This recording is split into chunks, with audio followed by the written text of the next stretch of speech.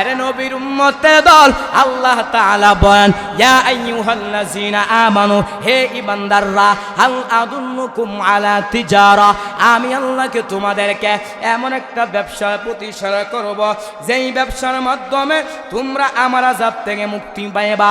তো আল্লাহর আযাবটা কেমন ভয়ঙ্কর, হাসরের মাঠটা কেমন একটা পরিস্থিতি হবে। বর্তমানে একটা সূর্য ৩০ কোটি ৯ লক্ষ মাইল উপরে সূর্য, কিন্তু এখন সূর্য নাই। হাসর ময়দান আল্লাহ সূর্যকে বলবে, সূর্য তোর যত তাপ আছে তুই জমিনের মধ্যে ছাড়িয়া দে। সূর্যের তাপে জমিনটা হয়ে যাবে তামা, গুনাহগারে মগজ বাতের মারের মতো ঠাস ঠাস করে ফেটে যাবে। শুধু তাই না, ওপর দিকে পেটে নাই বুল পায়খানা রাস্তা দিয়ে বের হয়ে পড়ে যাবে। ওপর দিকে জাহান্নাম কঠিন হুঙ্কার মারে। আল্লাহ ফেরেশতাদেরকে বলবে, আরে ফেরেশতারা, তোমরা জাহান্নামকে ভালোভাবে ধরো। ৭০,০০০ রহমতের ফেরেশতারা জাহান্নামকে ধরতে পারে না। জাহান্নাম বিকট আওয়াজ দেয়, জাহান্নামের আওয়াজে হাসরের ময়দান থরথর করে কেঁপে উঠবে। আমার আপনার নবী, মায়ার নবী সেজদায় পড়ে কাঁদবেন আর বলবেন, আল্লাহ আমার উম্মতগুলোকে জাহান্নাম থেকে বাঁচাও। আমার একটা উম্মত জাহান্নামে গেলে আমি মুহাম্মদ আপনার তুই জান্নাতে যাব না। আল্লাহ বলবেন, ও পয়গম্বর, ওয়ালা সাউফা ইউতিকা রাব্বুকা ফাতারদা, ও পয়গম্বর, আমি আল্লাহ আপনাকে বেজার করব না। আপনার একটা উম্মতর জাহান্নামে দেওয়া হবে না। আমার আল্লাহ তাআলা কুদ্দুতি হাতের মাধ্যমে সামান্য একটু পানি দিয়ে ফেরেশতাদেরকে বলবেন, আরে ফেরেশতারা, তোমরা জাহান্নামে গিয়ে পানিটা ছিটা দাও। ফেরেশতারা যখন জাহান্নামে গিয়ে পানিটা ছিটা দিবে, জাহান্নাম পিছনে বাঁকতেছে। ফেরেশতারা বলবে, আরে মালিক, যেই জাহান্নামকে ৭০,০০০ রহমতের ফেরেশতারা জাহান্নামকে ধরতে পারে না, এটা কেমন পানি দিছ? এটা কি আবাহাতের পানি নাকি জমজমের পানি নাকি কাউসারের পানি? আল্লাহ বলবে, না রে ফেরেশতারা, এটা জমজমের পানিও না, এটা কাউসারের পানিও না, এটা আবাহাতের পানিও না। এই পানিটা হলো আমার আখিরি জামানার পয়গম্বরের উম্মতের চোখের পানি।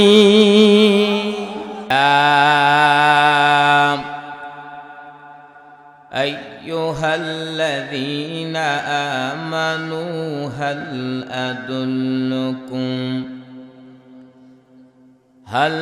أدلكم على تجارة تنجيكم من عذاب أليم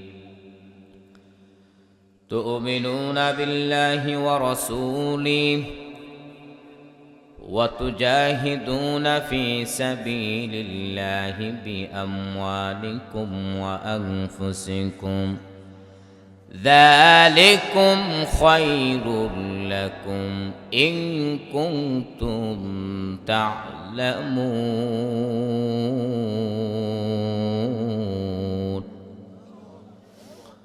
وقال رسول الله صلى الله عليه وآله وسلم الكيس من دان نفسه وعمل لما بعد الموت، أو كما قال النبي عليه الصلاة والسلام. صدق الله مولانا العظيم وصدق رسوله النبي الكريم، ونحن على ذلك من الشاهدين والشاكرين والذاكرين، والحمد لله رب العالمين. मोमिन जो फिदा नक्श कफ़ी पाए नबी हो,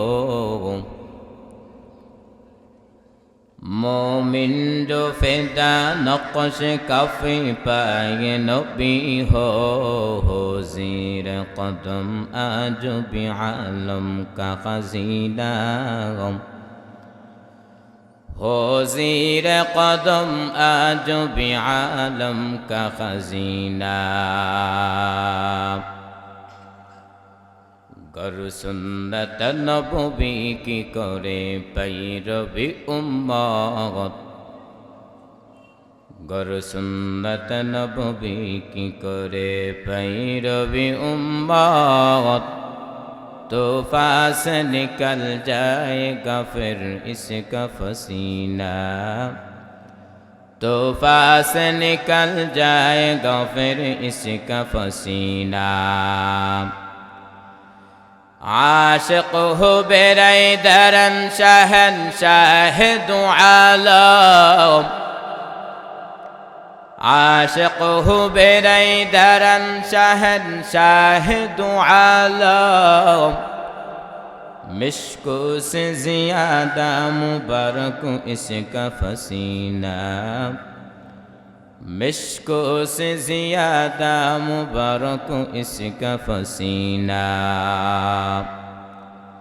सुबहानक ला इल्म लना इल्ला मा अल्लमतना इन्नका अंतल अलीमुल हकीम। ফয়জুর রহমান রহমতুল্লাহ আলাইহি হাফিজিয়া মাদ্রাসা হদ্দের বিঠা ত্রিশাল ময়মনসিংহ 22 নভেম্বর 2025 রোজ শনিবার ঐতিহাসিক ইসলামী মহাসম্মেলন মহতী মাহফিলে সম্মানিত সভাপতি মুফতি জহিরুল ইসলাম সাহেব হাফিজাহুল্লাহ উক্ত মাহফিলে আমন্ত্রিত ওয়াইজনে কেরাম উপস্থিত হয়েছেন সময়ের আলোচিত বক্তা আন্তর্জাতিক খ্যাতিসম্পন্ন মুফাসসির কুরআন হযরত মাওলানা মুফতি আল আমিন সাইফি ঢাকা হাফিজাহুল্লাহ হযরত আপনাদের মাঝে উপস্থিত আছে যথাসময়ে আলোচনা করবে। প্রধান বক্তা বিশেষ বক্তা মহতী মাহফিলে সম্মানিত সভাপতি প্রধান অতিথি বিশেষ অতিথিবৃন্দ জাতির মাতার মুকুট আরাসাতুল আম্বিয়া হযরত উলামায়ে কেরাম দূর দূরান্ত থেকে আল্লাহ পাকের আশিকিন জাকিরিন শাকিরিন মুহিব্বিন মুরব্বিন আজম আমার সমবয়সী কলিজার টুকরা যুবক বন্ধু হ্যান স্নেহের ছোট ভাই পর্দার অন্তরে শ্রদ্ধেয় সম্মানিত মা ও বোনেরা দয়ামে আল্লাহ রব্বুল আলামিনের শঙ্কর শুকর সুজুদ যে আল্লাহ রব্বুল আলামিন বহুত বড় দামি মজমাই। কেমন দামি মজমা? নবী বলেন যে জায়গার মধ্যে দিনের কথাবার্তা নিয়ে মুজাকারা করা হয় ওই জায়গার চতুর্দিকে ফেরেশতারা ঘিরে থাকে। আরো জোরে বলেন।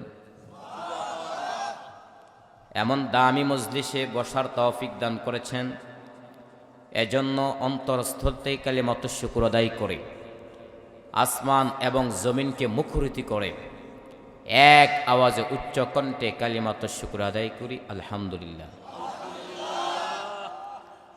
লাখ কোটি দরুদ ও সালাম সাইয়্যিদুল মুরসালিন রাহমাতুল লিল আলামিন শফিউল মুজনবিন খাতামুন নবিয়্যিন জনাবে হযরত মুহাম্মদুর রাসূলুল্লাহ সাল্লাল্লাহু আলাইহি সাল্লামের উপর।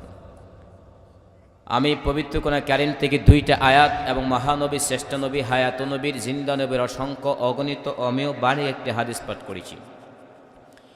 এই দুই আয়াত এবং হাদিসকে সামনে রেখে অল্প কিছুক্ষণ কথা বলবো। সর্বপ্রথম আমাকে তারপর আপনাদেরকে ইখলাসের উদ্দেশ্যে শোনার তৌফিক দান করে সবাই বলেন আমিন। আলোচনা শুরু করার পূর্বে যারা আলোচনা করবে, যারা আলোচক আছেন, যেখানে আলোচনা করবে, যেখানে যেই অবস্থা, ওই সমস্ত আলোচকদের কিছু দায়িত্ব আছে না? আমার পরও যিনি আলোচনা করবেন এবং যারা করেছে যেখানে আলোচনা করবে প্রত্যেক বক্তার কিছু কি আছে? দায়িত্ব আছে। কি দায়িত্ব আছে? এক নম্বর দায়িত্ব হলো বক্তা যদি তার বিষয়ভিত্তিক নিয়ে আসে তাহলে জাতির সামনে সেই বিষয়ভিত্তিক উল্লেখ করা। বুঝতে পারছেন? অথবা যদি মনে করেন কোনো বিষয়ভিত্তিক উল্লেখ না থাকে, কমপক্ষে খুতবার মধ্যে যে আয়াত পাঠ করবে ওই আয়াত এবং হাদিসের অর্থ বলে দেওয়া। তাহলে প্রত্যেক শ্রোতাগণদের জন্য আলোচনা বোঝা সহজ হবে নাকি কঠিন হবে? আরো জোরে বলেন। আমার খুতবার আয়াতের মধ্যে আল্লাহ বলেন, ইয়া আইয়ুহাল্লাযিনা আমানু, হে ঈমানদাররা, হাল আদুল্লুকুম আলা তিজারা, আমি আল্লাহ কি তোমাদেরকে এমন একটা ব্যবসার প্রতি ইশারা করবা, তুনজিকুম মিন আযাবিন আলিম, যেই ব্যবসার মাধ্যমে তোমরা আমার আযাব থেকে মুক্তি পাইবা। তো ব্যবসাটা কি জানার ইচ্ছা আছে? শেষ পর্যন্ত থাকবেন তো? আল্লাহ বলেন, তো ব্যবসাটা কি? তুমিনুনা বিল্লাহি ওয়া রাসূলি, এক নাম্বার আল্লাহকে বিশ্বাস করবা, দুই নাম্বার হচ্ছে ওয়া রাসূলিহি, এবং তার রাসূলকে বিশ্বাস করবা। ওয়া তুজাহিদুনা ফি সাবিলিল্লাহি বিআমওয়ালিকুম ওয়া আনফুসিকুম, এবং তোমরা আল্লাহর রাস্তায় জিহাদ করবা। তো জিহাদ কয়ভাবে করবা? সরাহাতান আয়াতের মধ্যে দুইভাবে উল্লেখ আছে। কয়ভাবে? চিল্লায় বলেন। এক নাম্বার হচ্ছে আপনার সম্পদ আছে, ওই সম্পদ দিনের লাইনে দান সৎকার মাধ্যমে জিহাদ। আরেকটা হচ্ছে নিজের জীবনকে রণাঙ্গনে বিলীন করে দেওয়ার মাধ্যমে জিহাদ। যালিকুম খায়রুল লাকুম, ওইগুলোর মধ্যে কল্যাণ রয়েছে, ইন কুনতুম তা'লামুন, যদি তোমরা জানো। নবী বলেন, আল কাইয়িসু মান দানা নাফসাহু ওয়া আমিলা লিমা বা'দাল মউত, সৌভাগ্যবন্ত ব্যক্তি যে নাকি মৃত্যু হওয়ার পর কি হবে ওই বিষয় নিয়ে চিন্তা ফির করে। আপনারা যদি আমার হাদিসের অর্থ জেনে থাকেন, আমার কথার জবাব দেন। সৌভাগ্যবান কারা? যারা দুনিয়া নিয়ে চিন্তা ফির করে। হ্যাঁ না, সৌভাগ্যবান তারাই যারা দুনিয়া থেকে বিদায় হওয়ার পরে হিসাব নিকাশ হবে, হাসর নাসর হবে, যারা চিন্তা ফির করে তারাই হচ্ছে সবচেয়ে বড় সৌভাগ্যবান। এই হচ্ছে দুইটা আয়াত এবং হাদিসের অর্থ। বুঝতে পারছেন? খুব কষ্ট হচ্ছে। এবার আসেন ভিন্ন আলোচনা। যেহেতু হবিগঞ্জ থেকে আসছি, এজন্য মহব্বত কম না বেশি? আরো জোরে বলেন। চাহিদার ক্ষেত্রে মানুষ একটু দুনিয়ার পাগল বেশি, ঠিক না? এটা নবীর কথা বলতেছেন, ইয়াহরুমু ইবনু আদম ওয়া ইয়াশিব্বু মিনহু ইসনাদুল হিরসু আলাল মাল ওয়াল হিরসু আলাল উমরি। বনি আদম সন্তানদের দাড়ি চুল সব ফাঁকা হয়ে যাবে, পেকে যাবে, কিন্তু এমন দুইটা জিনিস আছে যে দুইটা জিনিস কখনো বৃদ্ধ হয় না। একটা হচ্ছে হিরসু আলাল মাল, সম্পত্তির প্রতি ভালোবাসা। দুই নাম্বার হচ্ছে ওয়াল হিরসু আলাল উমরি, বয়সের প্রতি ভালোবাসা। আপনি যত বৃদ্ধ হয়ে যাবেন, আল্লাহর বান্দা বলবে আরও যেন সম্পদ আসে, ঠিক না? আপনি যত বৃদ্ধ হয়ে যাবেন, আপনি চিন্তা ফিরি করবেন যে আমার জন্য আরও কিছু বয়স বেড়ে যায়। এজন্য যেহেতু হবিগঞ্জ থেকে আসছি, মহব্বত যেহেতু বেশি, এমন কিছু কথা বলবো যে কথাগুলো যদি আপনারা দুনিয়ার লাইনে প্রয়োগ করতে পারেন, আপনার দুনিয়ার জিন্দিগিতে আপনার সফল হয়ে যাবে। হুবহু ওই মূলনীতিগুলো যদি আপনারা আখিরাতের লাইনে প্রয়োগ করতে পারেন, আপনার আখিরাতের জিন্দিগি সফল হয়ে যাবে। কারণ সব বক্তারা তো আখিরাতের কথা বলে, ঠিক না? আমি একটু ব্যতিক্রম আলোচনা করব। সবাই শুধু আখিরাত নেই, দুনিয়ার মধ্যে কিভাবে আপনি ইনকাম করবেন, ইনকামের সোর্স আপনাকে জানিয়ে দেয় না। কিন্তু আমার আলোচনার মধ্যে দুনিয়াও পাবেন, কি পাশাপাশি আখিরাতও পাবেন। এবার আসেন, আল্লাহর দিনটাকে ব্যবসার সাথে সাদৃশ্য করলেন কেন? আল্লাহ তাআলা যদি ইচ্ছা করতেন অন্য কিছু পারতেন না? ক্ষমতা আছে। কোরআনের বিভিন্ন আয়াতের শেষের মধ্যে আছে আল্লাহু আলা কুল্লি শাইইন কাদির, ঠিক না হুজুর? আল্লাহ তো সব কাজের উপর সক্ষম থাকার পরেও আল্লাহ দিনটাকে ব্যবসার সাথে সাদৃশ্য করলেন কেন? তার এক নাম্বার জবাব, দুনিয়ার ব্যবসার মাধ্যমে বান্দা জীবিকা আহরণ করতে পারে, আর আখিরাতের ব্যবসার মাধ্যমে বান্দা আল্লাহর আযাব থেকে মুক্তি পায়। সুবহানাল্লাহ বলেন একটু জোরে। তো দুনিয়ার ক্ষেত্রে যারা ব্যবসা করতে চায় তাদের কিছু মূলনীতি আছে না? কথা বলেন। এক নাম্বার আসেন, যে আল্লাহর বান্দা ব্যবসা করতে চায় তার এক নাম্বার মূলনীতি হচ্ছে ওই ব্যবসা সম্পর্কে তার জ্ঞান থাকতে হবে। এই যে বাইরে আছে মাইক সাউন্ড নিয়ে, সে যদি ওই মাইক সাউন্ড সম্পর্কে যদি তার যোগ্যতা না থাকে, ব্যবসার মধ্যে সফলতা আসবে? আপনি মুদির ব্যবসা করেন, মুদির ব্যবসা সম্পর্কে আপনার জ্ঞান থাকতে হবে। ঠিক তেমনভাবে হুবহু আপনি নামাজ পড়তে চান, আপনি উযু করতে চান, ওই সমস্ত দিন আপনার শিক্ষা গ্রহণ করা লাগবে কিনা? এজন্য নবী বলতেছেন, তলাবুল ইলমি ফরিদাতুন আলা কুল্লি মুসলিম, প্রত্যেক নর উপর ইলমের শিক্ষা করা কি ফরজ। এই যে মাদ্রাসার মধ্যে আপনার সন্তান আসতেছে, তারা দ্বীনি বিষয়ে শিক্ষা গ্রহণ করতে পারবে কিনা? তাহলে আমরা এক নাম্বার বুঝতে পেরেছি, যেই বান্দা ব্যবসা করতে চায় জ্ঞান লাগবে, ঠিক তেমনভাবে যেই বান্দা নামাজ পড়তে চা, যেই বান্দা রোজা রাখতে চা, যে ব্যক্তি হজ করতে চা, ওই ব্যক্তির জ্ঞান লাগবে কিনা? বুঝতে পারতেছেন? এবার 2 নাম্বার আসেন, যে আল্লাহর বান্দা ব্যবসা করতে চা, ওই ব্যক্তির পুঁজিও থাকতে হবে। কি থাকতে হবে? এই ব্যবসার মধ্যে তো আপনারা সফলতা লাভ করবেন, আমাদেরকে তো কিছু দিবেন না। যে হুজুর আপনি তো বয়ান করছিলেন, কিছু মূলনীতি বলছিলেন, আমরা শুনছিলাম, আমারও তো আর দিবেন না, দিবেন নাকি? একটু শুনেন। ব্যবসা যে ব্যক্তি করতে চা, ওই ব্যক্তির পুঁজিও থাকতে হয়। ঠিক তেমনভাবে যেই বান্দা নামাজ পড়তেছে, যেই বান্দা রোজা রাখতেছে, যে ব্যক্তি হজ করতেছে, ওই ব্যক্তির আমলটা আল্লাহর কাছে কবুল হতে হলে তার ঈমান থাকতে হবে। কথা বলেন, ঈমান যদি না থাকে আমল করে কোনো লাভ হবে? এটা কোরআনের কথা। ওয়াল্লাযীনা কাফারু আ'মালুহুম কাসরাবিন বিকিআতিন, যারা কাফের তাদের আমলনামা মরুচিকার মতো শূন্য হয়ে থাকবে। আপনি যখন মরুভূমির মধ্যে যাবেন, দূর থেকে দেখবেন পানি পানি করে চিৎ করে, যখন আপনি কাছে যাবেন দেখবেন সেটা তো পানি না, সেটা কি? হ্যাঁ, বালি। এজন্য ঈমান দামি সম্পদ।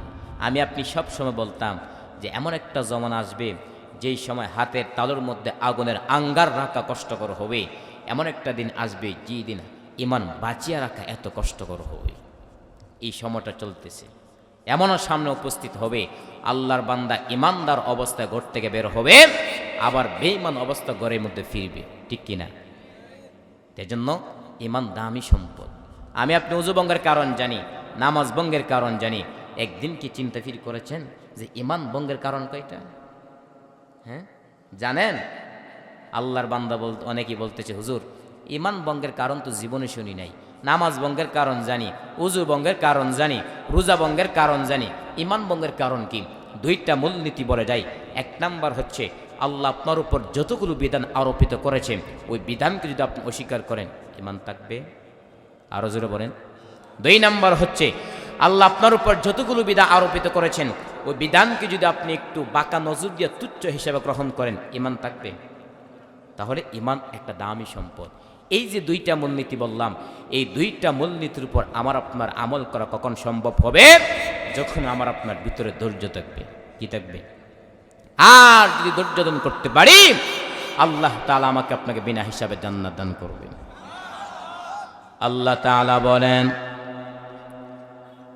ইন্নামা ইউওয়াফাস সাবিরুনা আজরাহুম, ইন্নামা ইউওয়াফাস সাবিরুনা আজরাহুম বিগাইরি হিসাব।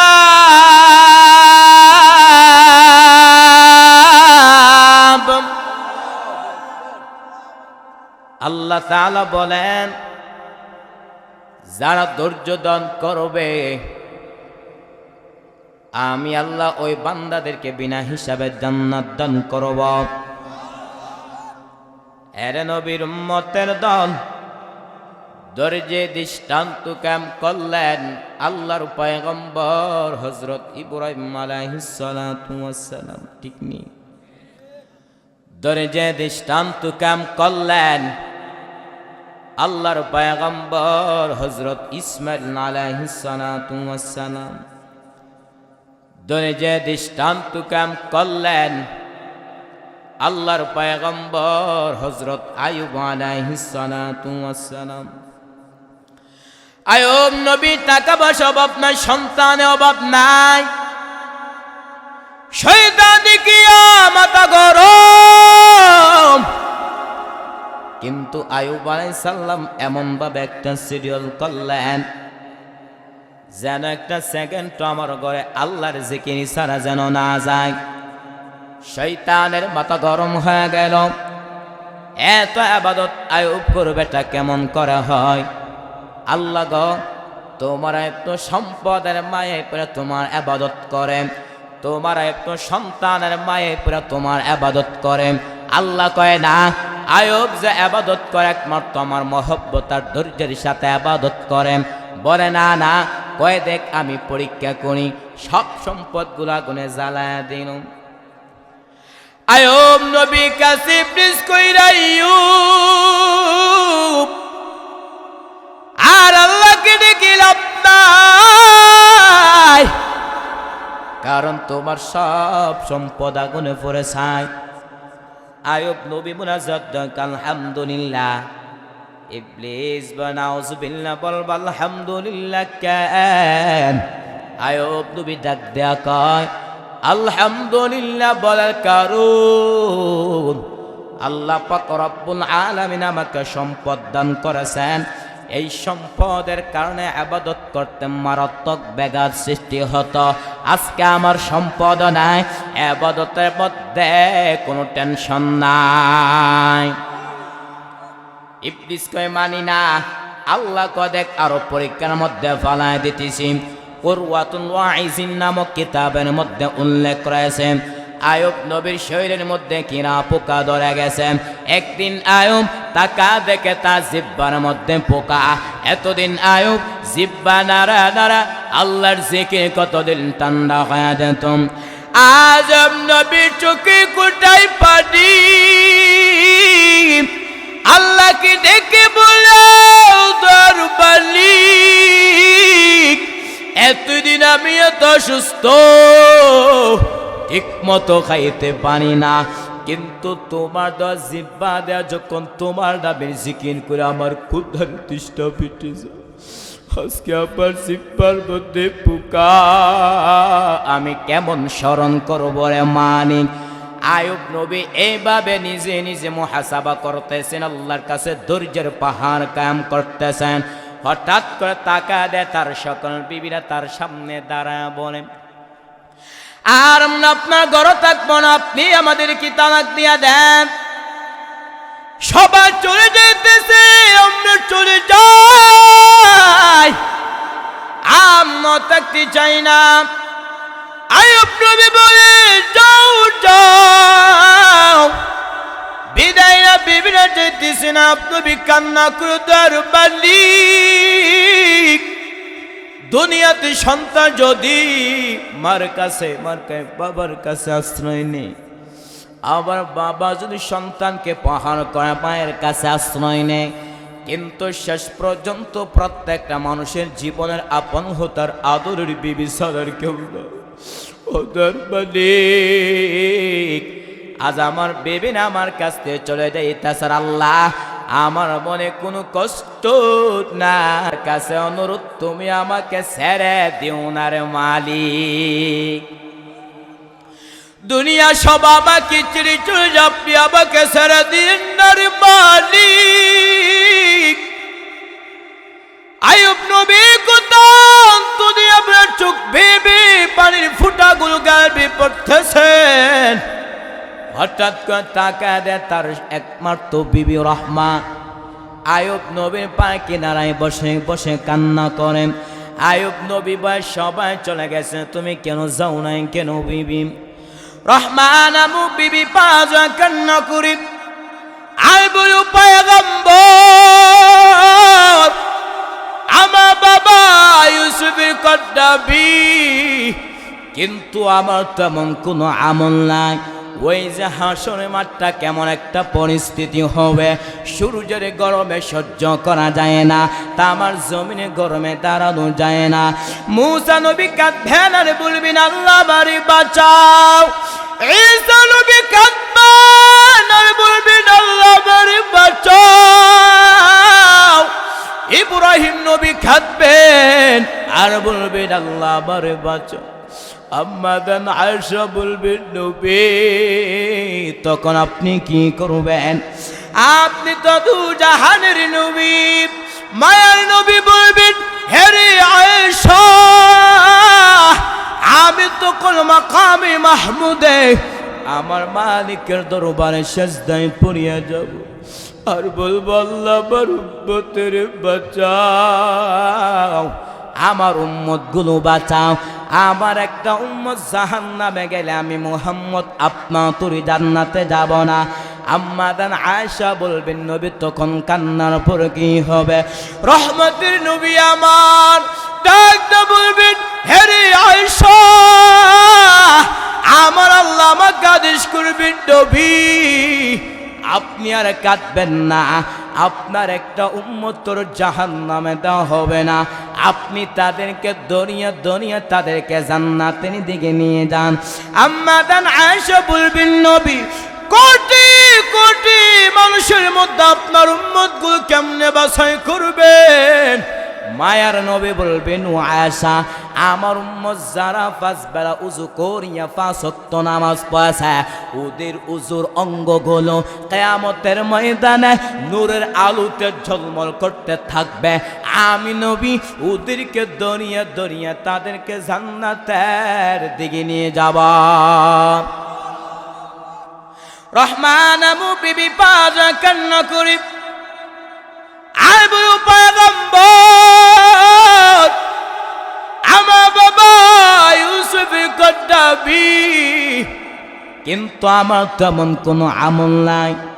ওই দিন যদি আমি রহিমাকে আল্লাহ কাঠ গদার করাবে, রহিমা কি আমল এসেছো? আমি বলবো আল্লাহ আমার এমন কোনো আমল নাই, তবে আমি আপনার আদরের পয়গম্বর আইয়ুব নবীর স্ত্রী ছিলাম। আল্লাহ হয়তো মায়ার নজর দিয়া তাকাইয়া আমি রহিমাকে আল্লাহ মাফ করে দিতে পারে।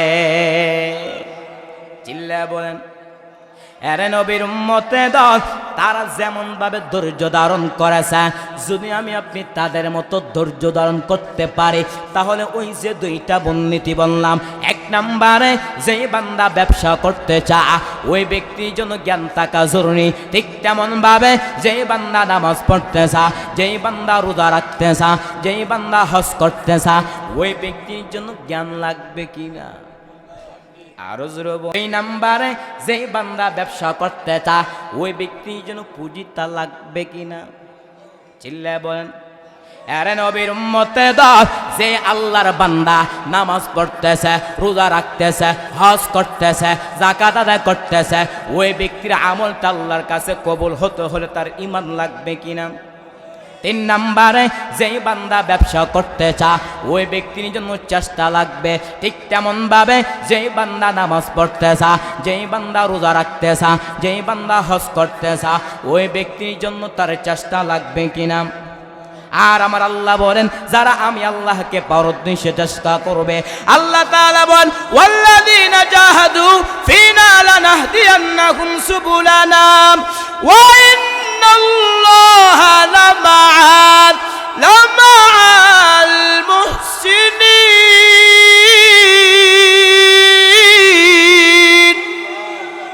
আল্লাহ বলেন যারা আমি আল্লাহকে পাওয়ার উদ্দেশ্যে চেষ্টা করবে আমি আল্লাহ ওই বান্দার জন্য অনেকগুলো রাস্তা দেখা দেব।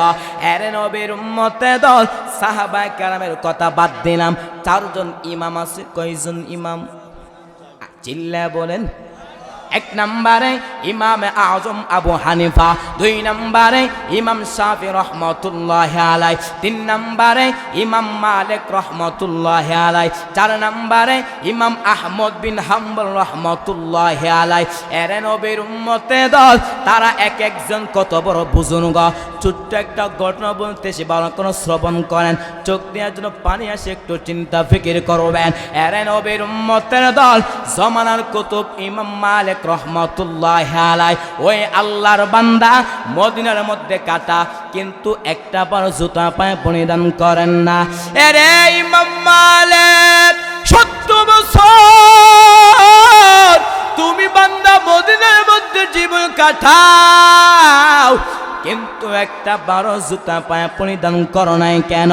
ইমাম মালিক বলেন আমি নবীর প্রতি আশাক, আমি যখন মদিনার অলিগলিতে জুতা লাগাইয়া হাঁটে আমি নাকটা লাগা দেখে পয়গম্বরের রওজা গেরান আমার নাকে লাগতেছে। ইমামুল আউয়ালিনাল আখিরিন বহর সাদাকা রহমাতাল লিল আলামিন, শুধু জুদাস রহমাতাল লিল আলামিন মসজিদে ও শুধু হামারু জমিন। এর নবীর উম্মতে দল ইমাম মালিক রহমতুল্লাহ আলাই 70 বছর বান্দা মদিনার মধ্যে কাটা। ইচ্ছা করলে বান্দা মদিনা থেকে মক্কায় গিয়ে বছর বছর হজ পালন করতে পারে, বছর বছর উমরা পালন করতে পারে, কিন্তু এত সুযোগ থাকার পর ইমাম মালিক তিনি মদিনা থেকে মক্কায় যায় না। ইমাম মালিক তার দিলের বড় তামান্না। ইমাম মালিক বলেন, আমি যদি মদিনা থেকে মক্কা হজ করতে যাই, আর যদি ওখান আমার ইন্তেকাল হয়ে যায়, আমি তো মদিনাওয়ালা পাশে থাকতে পারবো না। এর নবীর উম্মতে দল নবীর মহব্বতকে এমনি এমনি চলে আসছে নাকি? কথা বলেন, আরো জোরে বলেন।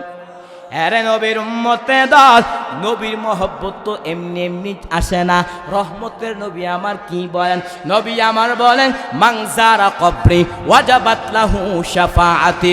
নবী আমার বলেন, হে রে ময়মনসিংহ ত্রিশালের যুবক বাবারা, রহমতের নবী আমার বলেন, মাংজারা কবরি ওয়াজাবাত লাহু শাফাআতি। নবী আমার বলেন, উম্মত যারা আমি নবীর রওজা জিয়ারত করলো, আমি নবীর পক্ষ থেকে ওই ব্যক্তির জন্য সুপারিশ ওয়াজিব হয়ে গেল। আরো জোরে বলেন। শুধু তাই না, নবীর রোজার দাম তাই নয়, আমার আল্লাহর যে গড়টা আছে, এই যে বাইতুল্লাহর মধ্যে যা হজ করতে যা, এই যে কালো গড়টা আছে, ওই গড়টার কেমন দাম? রহমতের নবী আমার বলেন, এই যে কালো গড়টা আছে, ওই গড়ের মধ্যে প্রতিদিন 120টা রহমত নাজিল হয়। কয়টা? কয়টা? চিল্লায় বলেন, কয়টা? 120টা রহমত নাজিল হয়। রহমতের নবী আমার বলেন, এই যে বাইতুল্লাহ আছে, ওই বাইতুল্লাহকে যারা সামনে রেখে জিয়ারত করবে, রহমতের নবী আমার বলেন, ওই ব্যক্তির উপর 60টা রহমত নাজিল হয়। কয়টা? এই কয়টা? 60টা রহমত নাজিল হয়। আর রহমতের নবী বলেন, যে আল্লাহর বান্দা আল্লাহর ঘরকে সামনে রেখে নামাজ পড়ে, ওই ব্যক্তির উপর 40টা রহমত নাজিল হয়। কয়টা? রহমতের নবী আমার বই, উম্মত যেই সকল বান্দা ও আল্লাহ যে কালো ঘরটা আছে, যারা জিয়ারত করে না, নামাজও পড়ে না, আর শুধু তাকা থাকে আর বলে, এটা আমার মালিকের ঘর, আমি বাংলাদেশ থেকে মক্কার জমিনে আসলাম আল্লাহর ঘরকে দেখার জন্য। ওই আল্লাহ বান্দা চোখে পানি পালাইয়া আর বলে, এটা আমার রবের ঘর, আর মনের অন্তরে যারা মিটায়, রহমতের নবী আমার বলেন, ওই ব্যক্তির উপর 20টা রহমত নাজিল হয়। এর নবীর উম্মতে দল ইমাম মালিক রহমতুল্লাহ আলাই এত সুযোগ থাকার পর মদিনা থেকে মক্কা যায় না। ইমাম মালিক তার দিনের বড় তামান্না, আমি যদি মদিনা থেকে মক্কা হজ করতে যাই, আর যদি ওখানে আমার ইন্তেকাল হয়ে যায়, আমি তো মদিনাওয়ালা পাশে থাকতে পারবো না। এর নবীর উম্মতে দল একদিন ঘুমের ঘরে ইমাম মালিকের সাথে নবীর মুলাকাত হয়ে গেছে স্বপ্নের মধ্যে। আল্লাহু আকবার বলেন, একসাথে চিৎকার দিয়ে বলেন। ইমাম মালিক নবীর সাথে কথা শুরু করে দিলেন। ইমাম মালিক বলেন, ওগো রহমতের নবী, আজকে আপনার সাথে আমার অন্য কোনো বিষয় কথা না। ও পয়গম্বর, আপনি আমাকে জানা দেন আমার হায়াতটা কত। রহমতের নবী আমার ডান হাত উঁচু করে 5টা আঙ্গুল দেখাইছে। দেখানোর পরে ইমাম মালিকের ঘুম ভেঙে গেছে। ইমাম মালিক টেনশনের মধ্যে পড়ে গেলেন। রহমতের নবী আমার ডান হাতের আঙ্গুল দ্বারা 5টা আঙ্গুল দ্বারা কে বোঝাইছে? 5টা বছর নাকি 5টা দিন নাকি 5টা মাস? ইমাম মালিক টেনশনের মধ্যে পড়ে গেলেন। ইমাম মালিক তার খাদেমকে বললেন, এ খাদেম, জলদি করে আল্লামা ইবনে সিনার কাছে যাও, তার কাছে যাইয়া স্বপ্নের ব্যাখ্যা জানো, তবে আমার নাম ইমাম মালিক বলবা না। খাদেম দৌড়াইয়া আল্লামা ইবনে সিনার কাছে গিয়ে সুন্দর করে সালাম দিল। বলতে লাগলো, এক আল্লাহর বান্দার সাথে ঘুমের মধ্যে নবীর মুলাকাত হয়ে গেছে। ওই আল্লাহর বান্দা নবীকে প্রশ্ন করলেন, নবী আমার হায়াতটা কত আপনি জানা দেন। রহমতের নবী আমার ডান হাত উঁচু করে 5টা আঙ্গুল দেখাইছে। এবার আপনি স্বপ্নের ব্যাখ্যা করেন 5টা বছর নাকি 5টা দিন নাকি 5টা মাস? আল্লামা ইবনে সিরিন বলেন যেই বান্দা স্বপ্ন দেখেছে তার নামটা বলতে হবে, কারণ হলো ওই ব্যক্তির অনুযায়ী স্বপ্নের ব্যাখ্যা দেওয়া হবে। দেওয়ানবাগির মতো কোনো বেঈমান যদি বলে আমার নবী ডাস্টবিনের মধ্যে পড়ে আছে, আমি বলবো ওই বেঈমানের ঈমান ডাস্টবিনে পড়ে আছে। আল্লামা ইবনে সিরিন বলেন যেই বান্দা স্বপ্ন দেখেছে তার নামটা বলতে হবে। খাদেম দৌড়াইয়া ইমাম মালিকের কাছে গিয়া বলতে লাগলো, শেখ আমার আপনার নাম না বলে স্বপ্নের ব্যাখ্যা দিবে না? ইমাম মালিক তার খাদেমকে বললেন, এ খাদেম জলদি করে আমার নামটা বলে দাও, তারপর স্বপ্নের ব্যাখ্যা জানা বড় জরুরি। খাদেম দৌড়াইয়া আল্লামা ইবনে সিরিনকে বললেন এই স্বপ্নটা ইমাম মালিক দেখেছেন। আল্লামা ইবনে সিরিন বলেন আমিও মনে মনে ভেবেছিলাম এই স্বপ্নটা ইমাম মালিক ছাড়া অন্য কেউ দেখতে পারে না। রহমতের নবী আমার ডান হাতের 5টা আঙ্গুল দ্বারা বুঝাইছেন 5টা বিষয় এমন আছে যে 5টা বিষয় সম্পর্কে আল্লাহ ছাড়া দুনিয়াতে কেউ জানে না। 1 নম্বরে একটা মানুষ আগামীকাল কি রুজি করবে, কি খাবে, কে জানেন? এই সবাই বলেন। 2 নম্বরে আগামীকাল বৃষ্টি হবে নাকি হবে না, কে জানেন? 3 নম্বরে কিয়ামত কখন সংঘটিত হবে, কে জানেন? 4 নম্বরে মায়ের গর্ভে সন্তানটা ছেলে হবে নাকি মেয়ে হবে, কে জানেন? 5 নম্বরে আগামীকাল বৃষ্টি হবে নাকি হবে না, কে জানেন? এরে নবীর উম্মতে দল এই স্বপ্নের ব্যাখ্যা জানার পর ইমাম মালিক তিনি মদিনা থেকে মক্কা যায় না। ইমাম মালিক তার দিনের বড় তামান্না। ইমাম মালিক বলেন আমি যদি মদিনা থেকে মক্কা হজ করতে যাই আর যদিও কানামার ইন্তেকাল হয়ে যায় আমি তো মদিনাওয়ালা পাশে থাকতে পারবো না। এরে নবীর উম্মতে দল তারা যেমন ভাবে নবীকে মহব্বত করছে নবীও কি তাদের প্রতি কি কম মহব্বত নাকি? কথা বলেন। এরে নবীর উম্মতে দল নবী আমার উম্মতের প্রতি কত মায়া। আম্মা জান আয়েশা বলেন এরে আমার সাহাবায়ে কেরাম আমি এবং রাসূল একই বিছানার মধ্যে শোয়ার পরে হঠাৎ করে দেখতে পাইলাম নবী আমার পাশে নাই। নবীকে খোঁজার জন্য হাঁটতে হাঁটতে গিয়ে দেখলাম রহমতের নবী আমার জান্নাতুল বাকির মধ্যে যাইয়া উম্মতের মাগফিরাত কামনা করতেছেন। আর আল্লাহ কি বলতেছেন ইন তুআযিবহুম ফাইন্নাহুম ইবাদুক ওয়া ইন তাগফির লাহুম ফাইন্নাকা আনতাল আজিজুল হাকীম।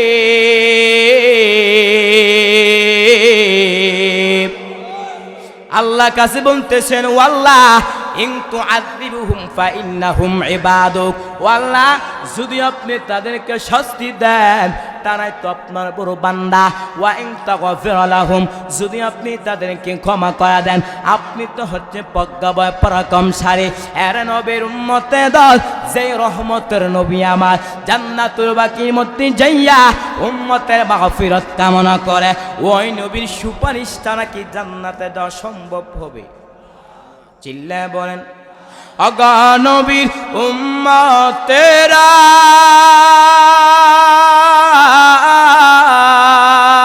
হয়ে আজি দিশাহারা কোরআন হাদিসের চলো যখন যাহা চাই মনে নবী বিনে কে দরাবে ফুলসিরাত মিজানে নবী বিনে কে দরাবে ফুলসিরাত মিজানে। চলো চলো চলো মুমিন চলো নবীর সন্ধানে নবী বিনে কে দরাবে ফুলসিরাত মিজানে নবী বিনে কে দরাবে ফুলসিরাত মিজানে। এর নবীর উম্মতে দল তারা যেমন ভাবে চেষ্টা করেছেন যদি আমি আপনি চেষ্টা করতে পারি রাস্তা দেখাবে কে? চিল্লা বলেন। আল্লাহ বলেন ওয়াল্লাযিনা জাহাদু ফিনা লানাহদিয়ান্নাহুম সুবুলানা ওয়া ইন্নাল্লাহ ইন্নাল্লাহা লামা'আল মুহসিনিন।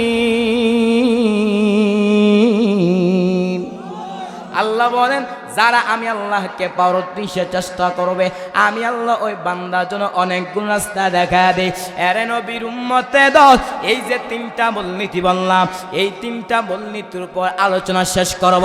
আল্লাহ বলেন ইয়া আইয়ুহাল্লাযীনা আমানু, হে ঈমানদাররা, হাল আদুল্লুকুম আলা তিজারা, আমি আল্লাহকে তোমাদেরকে এমন একটা ব্যবসার প্রতি ইশারা করব যেই ব্যবসার মাধ্যমে তোমরা আমার আযাব থেকে মুক্তি পাইবা। তো ব্যবসাটা কি? তুমিনুনা বিল্লাহি ওয়া রাসূলি, এক নাম্বার আল্লাহকে বিশ্বাস করবা, দুই নাম্বার তার রাসূলকে বিশ্বাস করবা। কিভাবে বিশ্বাস করবা? সাহাবায়ে কেরাম তারা যেমন ভাবে নবীর মহব্বত দেখাইছে, সাহাবায়ে কেরাম তারা যেমন ভাবে বিশ্বাস দেখাইছে, সাহাবায়ে কেরাম তারা কেমন ভাবে নবীর মহব্বত বিশ্বাস দেখাইছে। এরে নবীর উম্মতে দল, ছোট্ট একটা ঘটনা বলতেছি, ভালো করে শ্রবণ করেন। রহমতের নবী আমার সাহাবায়ে কেরামদেরকে বললেন, আরে আমার সাহাবায়ে কেরাম, আমরা যুদ্ধের ময়দানে অংশগ্রহণ করব, দান সদকা করো, সম্পদ দান করো। উমর দান করলেন, উসমান দান করলেন, হযরত আলীও দান করলেন, আবু বকর তার সম্পদ নিয়ে হাজির করলেন। আল্লাহর নবী বললেন, আরে উমর, কি পরিমাণ সম্পদ দান করেছ? উমর বলেন, আমার সম্পদের অর্ধেক আমি দান করে দিলাম। নবী আবু বকর কি বললেন, হে রে আমার আবু বকর, কি পরিমাণ সম্পদ দান করেছ? আবু বকর ডাক দাও, পয়গম্বর, আমার ঘরের মধ্যে যা ছিল সব আমি দান করে দিলাম। নবী বললেন, আবু বকর, তোমার ঘরের মধ্যে কি কিছু নাই? আবু বকর ডাক দাও, পয়গম্বর, আমার আল্লাহ আপনি ছাড়া আমার আপন কেউ নাই, আমার ঘরের মধ্যে যা ছিল সব আমি দান করে দিলাম। আরে নবীর উম্মতে দল, আবু বকর সিদ্দিকের কথা শোনার পর নবী আশ্চর্য হয়ে গেলেন। হঠাৎ করে জিবরাইল আমিন এসে হাজির হলেন। জিবরাইল আমিন বলেন, ও পয়গম্বর, আপনার সাহাবী আবু বকরকে আল্লাহ সালাম দিয়েছেন আর জানতে চেয়েছেন এই অবস্থা তার মনের হালতটা কি। আল্লাহ জানার পর কেন বললেন? আল্লাহ তার নবীকে বুঝাইলেন আল্লাহ আবু বকরকে কত মহব্বত করেন। আল্লাহর নবী বললেন, আরে আবু বকর, আল্লাহ তোমাকে সালাম দিয়েছেন আর জানতে চেয়েছেন এই অবস্থা তোমার মনের হালতটা কি। আবু বকর জবাব না দিয়ে কান্না শুরু করলেন। নবী আবু বকর কি বললেন, হে রে আমার আবু বকর, জবাব দিবা কেন, তুমি কান্না করতেছো? আবু বকর কান্না করে করে বলুন, পয়গম্বর, আমি আবু বকর ছিলাম জাহান্নামের আসামি। আমি আবু বকর কে কে চিন্তা, কিন্তু আপনার সুহবত আসার কারণে আল্লাহ আমাকে এত সম্মান দান করেছেন, যার বদৌলতে আমি আবু বকরকে আল্লাহ সালাম পাঠাইছে। जिंदगी में बंदगी तो करना है,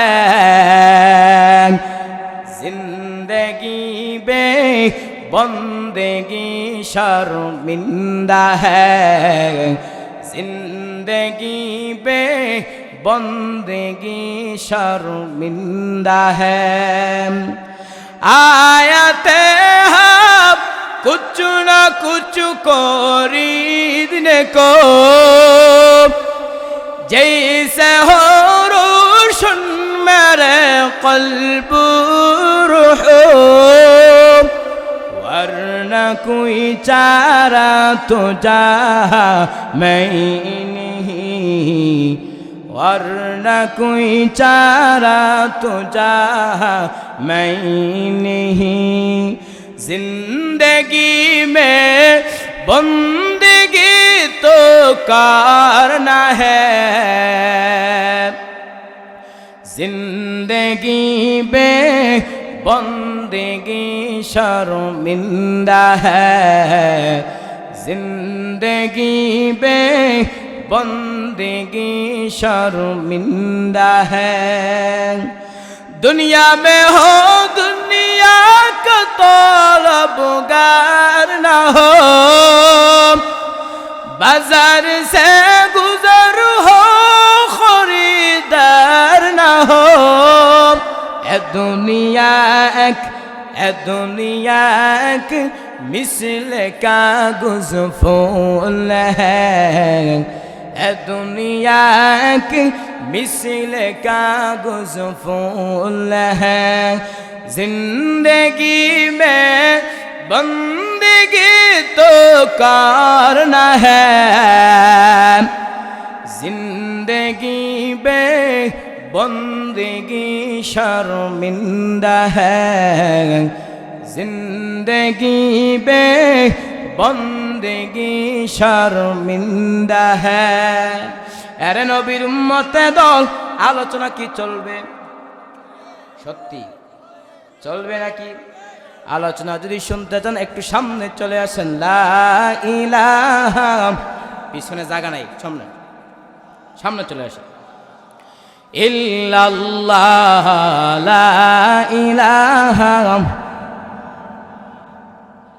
लोकटा गेल कই উনি গেছে কই এই লোকটা বেটা গাদা इल्लल्लाह ला इलाहा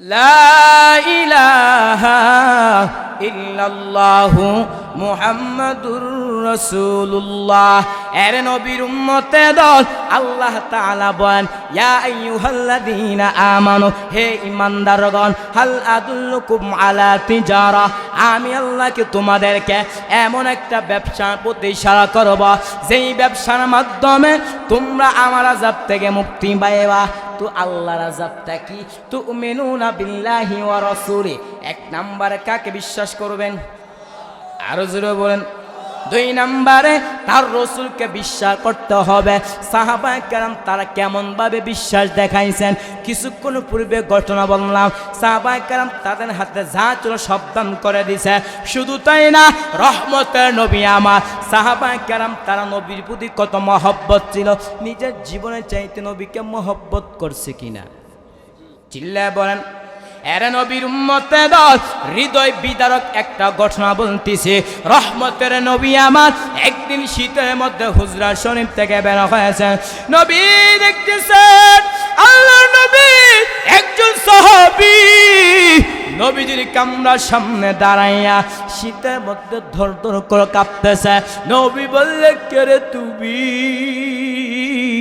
এত শীতের মধ্যে দাঁড়িয়ে আছো কেন ওই সাহাবীটা দাবরু পয়গম্বর ও রহমতের নবী আমার নামটা ইসলাম গ্রহণ করার পূর্বে ছিল আব্দুল উজ্জা ও পয়গম্বর ইসলাম গ্রহণ করার পর আমার নামটা রেখে দিয়েছিলেন আব্দুল্লাহ আমি হলাম সেই আব্দুল্লাহ নবী বললেন আমার আব্দুল্লাহর বাচ্চা যত ধনী সকালবেলা একটা কাপড় পরিধান করে বিকালে আরেকটা কাপড় পরিধান করে কিন্তু এখন তো দেখা যাচ্ছে আমার আব্দুল্লাহর গায়ে একটা কাপড় নাই শুধু একটা কাপড়ের টুকরা দিয়া লজ্জাস্থানটা ডাইকা আমার সামনে দাঁড়িয়ে আছে তার কারণটা কি ওই সাহাবী ডাকতে বলেন ওগো রহমতের নবী আমি কেন আপনার দুর্বল সহ্য করি আমার চাচা বলেছেন আব্দুল্লাহ মুহাম্মদের দরবার ছাড়তে হবে নতুবা আমার দরবার ছাড়তে হবে আমি বললাম চাচা যান আমি সব ছাড়তে পারি কিন্তু মায়ার নবী দরবার ছাড়তে পারবো না আল্লাহু আকবার বলেন চিল্লা বলেন ও পয়গম্বর এই কথা বলার পর আমার চাচা বলেছেন আব্দুল্লাহ যেহেতু মুহাম্মদের দরবার ছাড়তে পারবা না তাহলে কাপড়গুলো দিয়ে যাও উদ্দেশ্য হলো আমি উলঙ্গ হলে লজ্জায় ঘর থেকে বের হতে পারবো না আমার মাকে বললাম আমাকে একটা কাপড়ের টুকরা দেন ওই কাপড়ের টুকরা দিয়া লজ্জাস্থানটা ডাইকা যদি নবীকে একটা নজর দেখতে পারি ও পয়গম্বর আমার আর কোনো আকাঙ্ক্ষা থাকবে না আমার আম্মাকে বলার পরে আমার আম্মা যা একটা কাপড়ের টুকরা দিল ওই কাপড়ের টুকরা দিয়া লজ্জাস্থানটা ডাইকা আপনার সামনে দাঁড়িয়েছে আপনাকে একটা নজর দেখার জন্য রহমতের নবী আমার ওই সাহাবীর কথা শোনার পর নবীজি চোখ দিয়ে টপ টপ করে পানি পড়া আরম্ভ হয়ে গেল নবী বললেন হে আব্দুল্লাহ আর বল তোর মনে কোনো আকাঙ্ক্ষা আসেনি? আব্দুল্লাহ চোখে পানি ফাঁকা কান্না করার বলু পয়গম্বর ওগো রহমতের নবী আমার এমন কোনো আকাঙ্ক্ষা নাই, তবে আপনি আমার জন্য দোয়া করেন আল্লাহ যেন আমাকে শাহাদাত মৃত্যু দান করে।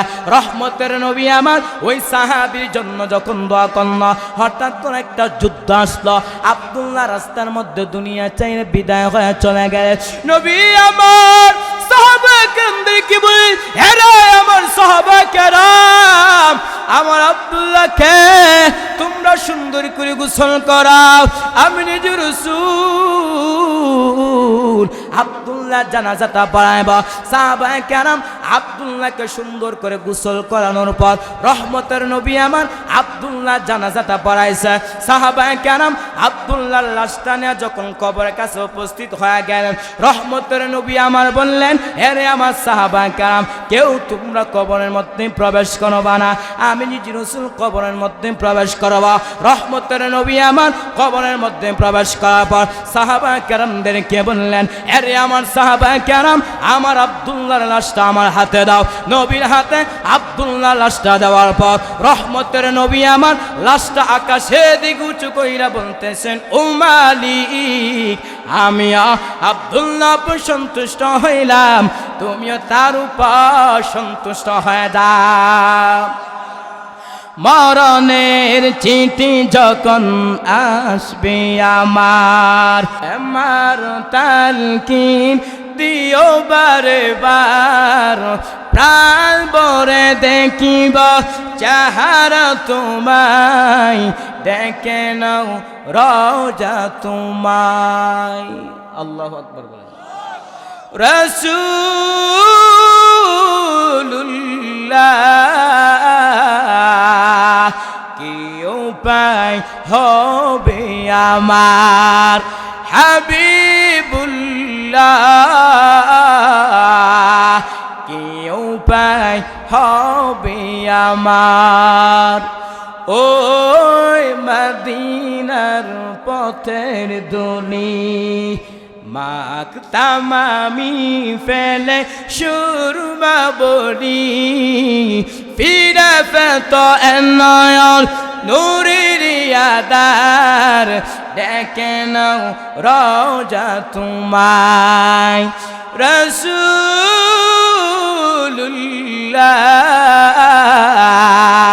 কি উপায় হবে আমার, হাবিবুল্লাহ কি উপায় হবে আমার। এর নবীর উম্মতের দল আল্লাহ তাআলা বলেন, ইয়া আইয়ুহাল্লাযীনা আমানু, হে ঈমানদাররা, হাল আদুল্লুকুম আলা তিজারা, আমি আল্লাহকে তোমাদেরকে এমন একটা ব্যবসার প্রতি ইশারা করব, যেই ব্যবসার মাধ্যমে তোমরা আমার আযাব থেকে মুক্তি পাইবা। তো আল্লাহর আযাবটা কেমন ভয়ঙ্কর, হাসরের মাঠটা কেমন একটা পরিস্থিতি হবে। বর্তমানে একটা সূর্য 30 কোটি 9 লক্ষ মাইল উপরে সূর্য, কিন্তু এখন সূর্য নাই। হাসরের ময়দান আল্লাহ সূর্যকে বলবে, সূর্য তোর যত তাপ আছে তুই জমিনের মধ্যে ছাড়িয়া দে। সূর্যের তাপে জমিনটা হয়ে যাবে তামা, গুনাহগারের মগজ বাতের মারের মতো ঠাস ঠাস করে ফেটে যাবে। শুধু তাই না, ওপর দিকে পেটে নাই বুড়ি পায়খানা রাস্তা দিয়ে বের হয়ে পড়ে যাবে, ওপর দিকে জাহান্নাম কঠিন হুঙ্কার মারে। আল্লাহ ফেরেশতাদেরকে বলবে, আরে ফেরেশতারা, তোমরা জাহান্নামকে ভালোভাবে ধরো। 70,000 রহমতের ফেরেশতারা জাহান্নামকে ধরতে পারে না। জাহান্নাম বিকট আওয়াজ দেয়, জাহান্নামের আওয়াজে হাসরের ময়দান থরথর করে কেঁপে উঠবে। আমার আপনার নবী, মায়ার নবী সেজদায় পড়ে কাঁদবেন আর বলবেন, আল্লাহ আমার উম্মতগুলোকে জাহান্নাম থেকে বাঁচাও। আমার একটা উম্মত জাহান্নামে গেলে আমি মুহাম্মদ আপনা তুরি জান্নাতে যাব না। আল্লাহ বলবেন ও পয়গম্বর ওয়ালা সাউফা ইউতিকা রাব্বুকা ফাতারদা, ও পয়গম্বর আমি আল্লাহ আপনাকে বেজার করব না, আপনার একটা উম্মতর জাহান্নামে দেওয়া হবে না। আমার আল্লাহ তাআলা কুদ্দুতি হাতের মাধ্যমে সামান্য একটু পানি দিয়ে ফেরেশতাদেরকে বলবেন, আরে ফেরেশতারা তোমরা জাহান্নামে গিয়ে পানিটা ছিটা দাও। ফেরেশতারা যখন জাহান্নামে গিয়ে পানিটা ছিটা দিবে, জাহান্নাম পিছনে বাঁকতেছে। ফেরেশতারা বলবে, আরে মালিক, যেই জাহান্নামকে 70,000 রহমতের ফেরেশতারা জাহান্নামকে ধরতে পারে না, এটা কেমন পানি দিছ? এটা কি বেহেতে পারে নাকি জমজমের পানি নাকি কাউসারের পানি? আল্লাহ বলবে, না রে ফেরেশতারা, এটা জমজমের পানিও না, এটা কাউসারের পানিও না, এটা বেহেতের পানিও না। এই পানিটা হলো আমার আখিরি জামানার পয়গম্বরের উম্মতের চোখের পানি।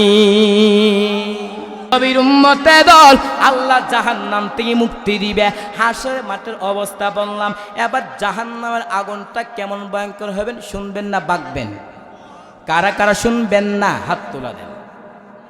হ্যাঁ, আমার ক্যামেরাম্যানও ভুল করে।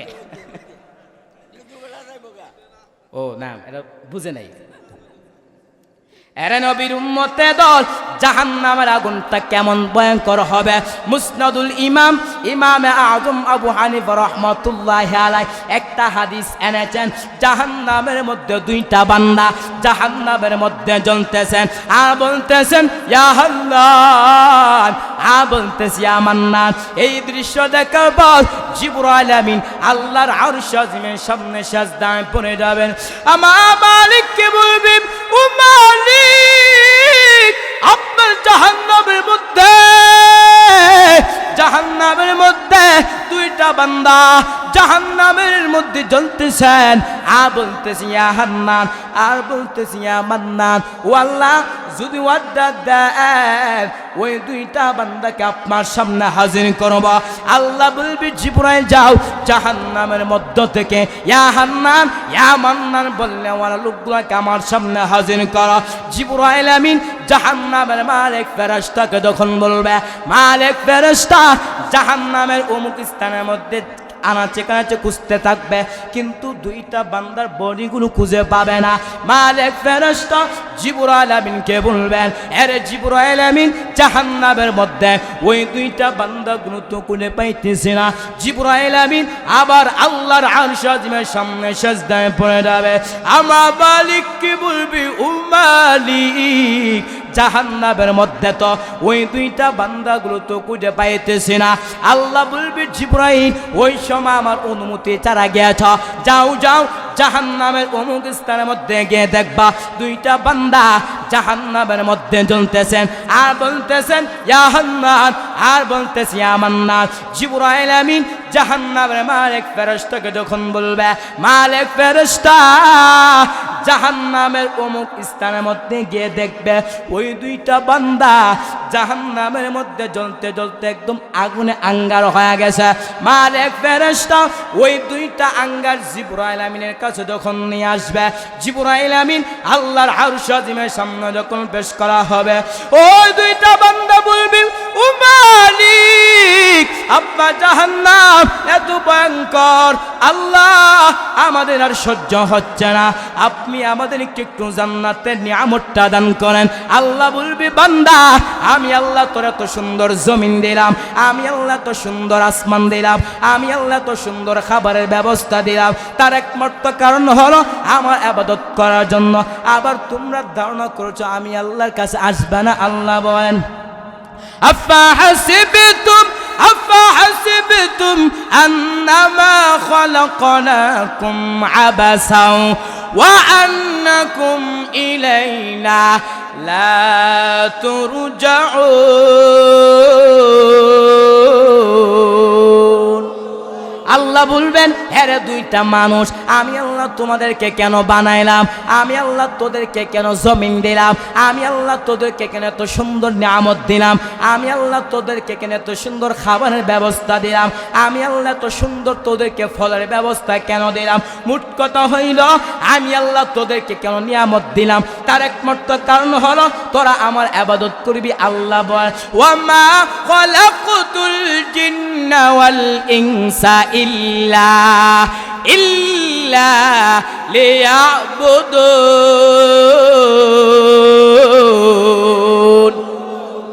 আল্লাহ বলবেন এরা দুইটা মানুষ আমি আল্লাহ তোদেরকে বানাইলাম আমার ইবাদত করার জন্য। আজকে তোরা ইবাদত করো না, তোমাদেরকে জান্নাতে হবে না। ওই দুইটা বান্দা বলবি মালিক, আপনার একটা নাম ছিল হান্নান, আপনার আর একটা নাম ছিল মান্নান। ও আল্লাহ, এই নামগুলো উসিন আপনি আমাদেরকে একটু জান্নাতে নিয়ামতটা দান করেন। রহমতের নবী আমার বলেন ওই দুইটা বান্দাকে আল্লাহ 1000 বছর জাহান্নামের মধ্যে দেওয়ার পরে আল্লাহ সিফুতি নামের উসিলায় ওই দুইটা বান্দাকে আল্লাহ জান্নাতের নিয়ামতটা দান করবেন।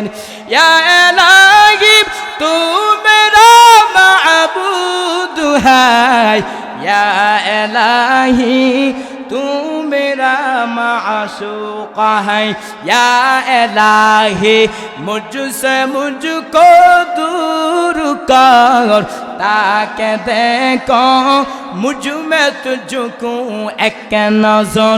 या इलाही तू मेरा हन्नान है, या इलाही तू मेरा मन्नान है।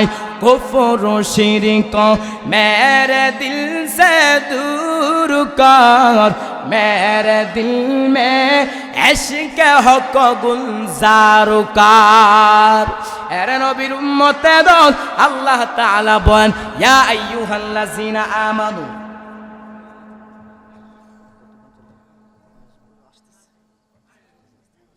এরে নবীর উম্মতে দল আল্লাহ তাআলা বলেন ইয়া আইয়ুহাল্লাযিনা আমানু, হে ঈমানদাররা, হাল আদুল্লুকুম আলা তিজারা, আমি আল্লাহ কি তোমাদেরকে এমন একটা ব্যবসার প্রতি ইশারা করব যেই ব্যবসার মাধ্যমে তোমরা আমার আযাব থেকে মুক্তি পাইবা। তো ব্যবসাটা কি?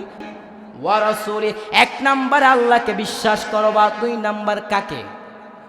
আরো জোরে বল এরে নবীর উম্মতে দল আল্লাহ এবং তার রাসূলকে পরিপূর্ণ বিশ্বাস করতে হবে। আমার আপনার কিভাবে বিশ্বাস করবা? আমলের মাধ্যমে বিশ্বাস দেখাতে হবে, অন্তর দিয়ে বিশ্বাস দেখাতে হবে, জবান স্বীকারোক্তির মাধ্যমে বিশ্বাস দেখাতে হবে। এরে নবীর উম্মতে দল আমার আপনার দুনিয়ার জিন্দেগিতে আমার আপনার চলাফেরার মাধ্যমে আল্লাহর নাফরমানি হয়ে যাবে, নবীর কথা মানতে পারবো না, আমার আপনার অপরাধ হয়ে যাবে। অতএব আমি আপনি যদি আল্লাহর কাছে ক্ষমা চাইতে পারি, আল্লাহ মাফ করবি কিনা? আরো জোরে বল এরে নবীর উম্মতে দল আল্লাহ তাআলা বলেন কুল ইয়া ইবাদিয়াল্লাযিনা আসরাফু, কুল ইয়া ইবাদিয়াল্লাযিনা আসরাফু আলা আনফুসিহিম লা তাকনাতু মির রাহমাতিল্লাহ ইন্নাল্লাহা ইয়াগফিরুয যুনুবা জামিআ ইন্নাহু হুয়াল গফুরুর রহিম। আল্লাহ বলেন হেরে ময়মনসিংহ ত্রিশালের যুবক বাবারা, আল্লাহ মহব্বতের নজর দিয়ে ডাক দে ইয়া ইবাদি, হে আমার বান্দা, হে আমার বান্দা যারা সীমা লঙ্ঘন করেছ, আসরাফু যারা সীমা লঙ্ঘন করেছ, লা তাকনাতু মির রাহমাতিল্লাহ। হেরে ময়মনসিংহ যুবক আল্লাহ ডাক দে বল বান্দা আমি আল্লাহর রহমত থেকে নিরাশ হইবি না, আমি আল্লাহ তোর জীবনে সব গুনাহ খাতা মাফ করে দিব। এরে নবীর উম্মতে দল আমার আল্লাহ তাআলা মাফ করার জন্য তো দুনিয়ার সবাই যখন ঘুমায়া যায়, এই যে ত্রিশাল এলাকার সমস্ত মানুষরা যখন ঘুমায়া থাকে, আমার আল্লাহ প্রথম আসমানের মধ্যে হিসাবে আলামিন মুস্তারজিকিন ফাআরজুকাহু আলামিন মুস্তাগফিরিন ফাআগফির লাহু, আমার আল্লাহ তাআলা প্রথম আসমানের মধ্যে হিসাবে হে আব্দুল করিম করিম, হেরে আব্দুল সাত্তার, হেরে আব্দুল জব্বার, হেরে আব্দুল করিম, আমি আল্লাহ তাআলার কাছে ক্ষমা চা, আমি আল্লাহ তোকে মাফ করে দিব। আমার আল্লাহ তাআলা মাফ করার জন্য তো প্রথম আসমানের মধ্যে আইসা বলে আলামি মুস্তাগফিরিন ফাগফির লাহু, হেরে আমার বান্দা তোর গুনাহ হয়ে গেছে, যদি আমি আপনি ক্ষমা চাইতে পারি আল্লাহ মাফ করে দিবে। শুধু তাই না, আলামি মুস্তারজিকিন ফারজুকাহু, আমার আল্লাহ তা প্রথম আসমানের মধ্যে আইসা বলে হেরে আল্লাহ বান্দা, হেরে আমার বান্দা, আমি আল্লাহর কাছে রিজিক চাও, আমি আল্লাহ তোর রিজিকের ওয়াসাআত বাড়ায় দিব, প্রশস্ততা বাড়ায় দিব। এরে নবীর উম্মতে দল, এজন্য আল্লাহর কাছে চাইতে হবে। আল্লাহর কাছে যদি চাইতে পারে আল্লাহ মাফ করবে কিনা আরো জোরে বল। এরে নবীর উম্মতে দল, ছোট্ট একটা ঘটনা বলতেছি, বল করো শ্রবণ করে। মুসা পয়গম্বর মানুষদের কিনে যখন দোয়ার ব্যবস্থা করলেন, আল্লাহ জিবরাইল আমিনকে পাঠাইলেন, ও জিবরাইল আমিন আপনি মুসা পয়গম্বরকে জানা দাও, ও মুসা পয়গম্বর আপনি যে মজলিসের মধ্যে দোয়ার ব্যবস্থা করেছেন, ওই মজলিসের মধ্যে একজন জিনাকা আছে, তাকে উঠায়া দাও, নইলে জমিনের মধ্যে বৃষ্টি দেওয়া হবে না। মুসা নবী তো গরম মেজাজের নবী, ধমক দিয়া বল কে জিনাকার, তাড়াতাড়ি মসজিদ থেকে উঠে যাও, তোমার কারণে জমিনের মধ্যে বৃষ্টি হয় না। আল্লাহ বললেন মুসা পয়গম্বর এই আলান করার পর আল্লাহর বান্দা যে জিনাকার, আল্লাহর বান্দা এদিক সেদিক তাকাইতেছে, দেখতেছেন কোনো ব্যক্তি উঠতেছে না, ওই আল্লাহর বান্দা বুঝরা আর বাকি নাই, আমি হইলাম বড় জিনাকার। ওই আল্লাহর বান্দা তার মনটা আল্লাহর দিকে এমন ভাবে ফিরাইছেন, আল্লাহকে বলতেছেন ও মালিক 40টা বছর জিনা করছি, মা জানতো না, বাবা জানতো না, ও আল্লাহ আজকে আমি যদি মসজিদ থেকে উঠে যাই সবাই চিনে ফেলবে আমি জিনাকার, ও আল্লাহ আমি তওবা করতেছি, আর জীবনে মাফ করব না। এরে নবীর উম্মতের দল, ওই আল্লাহর বান্দা এমন ভাবে আল্লাহ তাআলার কাছে তওবা করেছে, আল্লাহর কুদ্দুতি অন্তরের মধ্যে মায়া পয়দা হয়ে গেছে, সাথে সাথে মিশরের জমিনটা মেঘাচ্ছন্ন হয়ে গেল। মুসা পয়গম্বর বলে আল্লাহ তুমি বললা জিনাকার না উঠলে বৃষ্টি দিবা না, কই জিনাকার তো উঠ না, বৃষ্টি দিলা কেন? আল্লাহ বলে মুসা পয়গম্বর তুমি কি জানো না আমার একটা নাম হচ্ছে রহমান, আমার একটা নাম হচ্ছে গাফফার, আমার একটা নাম হচ্ছে সাত্তার। ওই বান্দা আমি আল্লাহ তাআলার কাছে এমন ভাবে তওবা করেছে, আমি আল্লাহ কুদ্দুতি অন্তরের মধ্যে মায়া পয়দা হয়ে গেছে, সাথে সাথে আমি আল্লাহ ওই বান্দাকে মাফ করে দিয়েছে। আরে নবীর উম্মতে দল, এজন্য আল্লাহর কাছে মাফ চাইতে হবে কিনা? হ্যাঁ, আল্লাহ তাআলার কাছে চাইতে হবে। আল্লাহ বলেন ইয়া আইয়ুহাল্লাযীনা আমানু, হে ঈমানদাররা, হাল আদুল্লুকুম আলা তিজারা, আমি আল্লাহকে তোমাদেরকে এমন একটা ব্যবসার প্রতি ইশারা করব যেই ব্যবসার মাধ্যমে তোমরা আমার আযাব থেকে মুক্তি পাইবা। তো ব্যবসাগুলো কি? তুমিনুনা বিল্লাহি ওয়া রাসূলিহি, 1 নাম্বার আল্লাহকে বিশ্বাস করবা, 2 নাম্বার কাকে বিশ্বাস করবা? 1 নাম্বার আল্লাহকে বিশ্বাস করবা, 2 নম্বরে রসুলকে বিশ্বাস করতে হবে। কিভাবে বিশ্বাস দেখাবেন? আমলের মাধ্যমে, স্বীকারোক্তির মাধ্যমে, আমার আপনার আমল দেখানোর মাধ্যমে, আমার আপনার জবান স্বীকারোক্তির মাধ্যমে, আমার আপনার তাসদিক বিল জিনান অন্তরের বিশ্বাস স্থাপনের মাধ্যমে। যখন আমি আপনি আল্লাহ এবং তার রসুলকে পরিপূর্ণ বিশ্বাস করতে পারব, আল্লাহ বলেন আমি আল্লাহ তোমাদেরকে জাহান্নাম থেকে মুক্তি দিব। অতএব জাহান্নাম কেমন ভয়ঙ্কর, হ্যাঁ জাহান্নামের আগুন যে জায়গার মধ্যে ধরবে সে জায়গায় কি ঠিক থাকবে? ঠিক থাকবে না। এবং হাসরের মাঠটা কেমন একটা পরিস্থিতি হবে। এবং পাশাপাশি বলেছিলাম আল আদুল্লুকুম আলা তিজারা, আমি আল্লাহকে তোমাদেরকে এমন একটা ব্যবসার প্রতি ইশারা করব। তো দুনিয়ার লাইনে ব্যবসা করতে চাই, কয়েকটা মূলনীতি প্রয়োজন আছে। 1 নাম্বার হচ্ছে যে আল্লাহর বান্দা ব্যবসা করতে চা, ওই ব্যক্তির ব্যবসা সম্পর্কে তার কি থাকতে হবে? ভুলে গেছেন? হ্যাঁ, জ্ঞান থাকতে হবে। ঠিক তেমন ভাবে যে আল্লাহর বান্দা নামাজ পড়তেছে, যে আল্লাহর বান্দা রোজা রাখতেছে, যে আল্লাহর বান্দা হজ করতেছে, ওই ব্যক্তি যেন ওই সমস্ত বিষয়াদিকে জানার ক্ষেত্রে, আমল করার ক্ষেত্রে তার জ্ঞান লাগবে কিনা। এজন্য নবী বলেন তলাবুল ইলমি ফরিদাতুন আলা কুল্লি মুসলিম, প্রত্যেক নরের উপর ইলমের শিক্ষা করা কি ফরজ।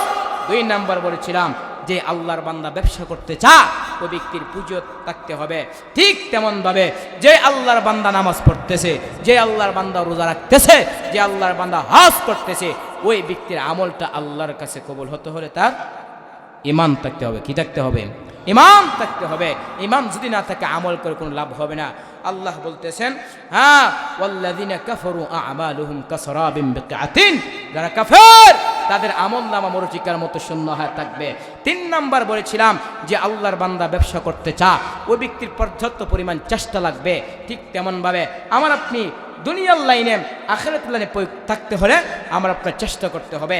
আল্লাহ বলেন, আস-সাউ মিন্নি ওয়াল ইতমামু মিনাল্লাহ, বান্দার কাছে চেষ্টা করা পূরণ করবে কে? এই পূরণ করবে আল্লাহ। এজন্য আল্লাহ বলেন, ওয়াল্লাযিনা জাহাদু ফিনা লানাহদিয়ান্নাহুম সুবুলানা, যারা আমি আল্লাহকে পাওয়ার উদ্দেশ্যে চেষ্টা করবে আমি আল্লাহ ওই বান্দার জন্য অনেকগুলো রাস্তা দেখায় দেই। সাবিল এক বচন, তার বহু বচন হচ্ছে সুবুল। অতএব এই যে আমরা অল্প কিছুক্ষণ টুটাপাটা কিছু আমরা কথাবার্তা বলেছি দিনের লাইনে, দিনের লাইনে এবং দিনের স্বার্থে, আল্লাহ পাক সবাইকে তৌফিক দান করে সবাই বলেন আমিন। 4 নাম্বার কথা হচ্ছে দুনিয়ার লাইনে ব্যবসা করতে চান, যেই আল্লাহর বান্দা ব্যবসা করে ওই যারা ব্যবসা করে তাদের সাথে চলাফেরা করতে হবে। ঠিক তেমনভাবে আপনি ইমানদার, আপনি দিনের উপর আছেন, আপনার জন্য উচিত হচ্ছে যেই আল্লাহর বান্দারা দিনদার আছে ওই দিনদার ক্ষেত্রে তার দিনের সাথে চলাফেরা লাগবে কিনা কথা বলেন। সহবতে সা লেহতুরাসা লেহকুনাত, সহবতে তা লেহতুরাতা লেহকুনাত। সৎসঙ্গে স্বর্গবাস, অসৎসঙ্গে সর্বনাশ।